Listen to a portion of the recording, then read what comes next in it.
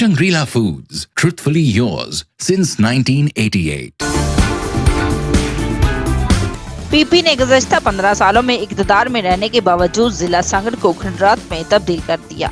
Oil and gas की करोड़ों की रॉयल्टी, अरबों रुपए के फंड होने के बावजूद भी आवाम को पीने का साफ पानी भी मैसर नहीं।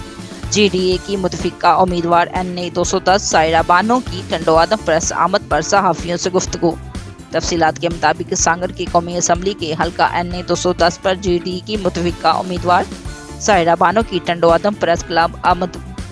इस मौके पर PS 43 के उम्मीदवार नियाज हुसैन मरी, साबिक MNA लियाकत अली, फिजा लियाकत, हबीब खां मरी, कमर मरी समेत दीगर भी मौजूद थे।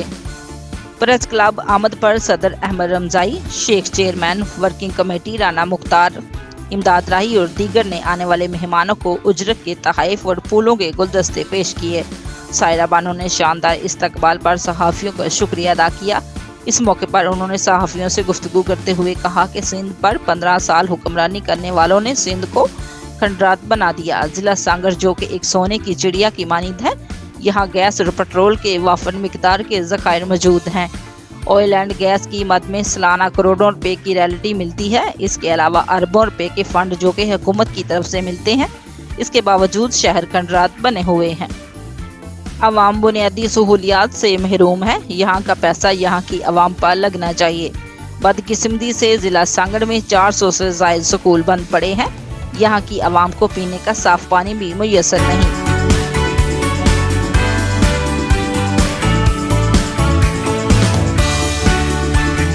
मकामी नौजवान बेरोजगारी की वजह से परेशान है। सांगड़ की अवाम का पैसा सांगड़ की अवाम की फलाई बहबूद पर खर्च होना चाहिए। उन्होंने मजीद कहा कि तेल और गैस की कंपनियों को चाहिए कि यहाँ के मकामी अफराद को रोजगार फराहम करें और टेक्निकल इंस्टीट्यूट्स का क़याम अमल में लाए ताकि सांगड़ के नौजवानों को हुनर मुहैया हो सके। इलेक्शन कमीशन जानबदारी का मुजाहरा कर रहा है। मुखालफिन गुज़श्ता 3 हुकूमतों से यहाँ से कामयाब हुए, लेकिन उन्होंने अवाम के लिए कुछ नहीं किया।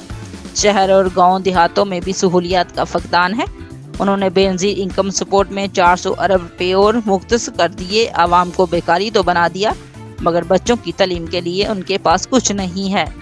आप देखें, आज बांग्लादेश ने अपनी आवाम को बेकारी बनने के बजाय इन्हें रोज़गार पे लगा दिया। यहाँ के हुक्मरानों ने सैलाब में डूबे हुए मुतासरीन के पैसे भी हड़प कर लिए। सहाफ़ी अगर इन पर आवाज़ उठाता है तो उसे कत्ल कर दिया जाता है और संगीन नताइज की धमकियाँ दी जाती हैं। हुक्मरानों की शय खर्चियाँ ख़त्म नहीं होती। इस आवाम को अब जागना ही होगा और अपने हक इन जालमों से छीनना होगा। उन्होंने कहा कि 8 फरवरी को इन जालमों से छुटकारा पाएं और अपने लिए, अपने मुल्क के लिए, अपने बच्चों के मुस्तकबिल के लिए बेहतरीन उम्मीदवारों को मुंतखब करें। Report Amran Abbasi, DNA news, जिला सांगड़।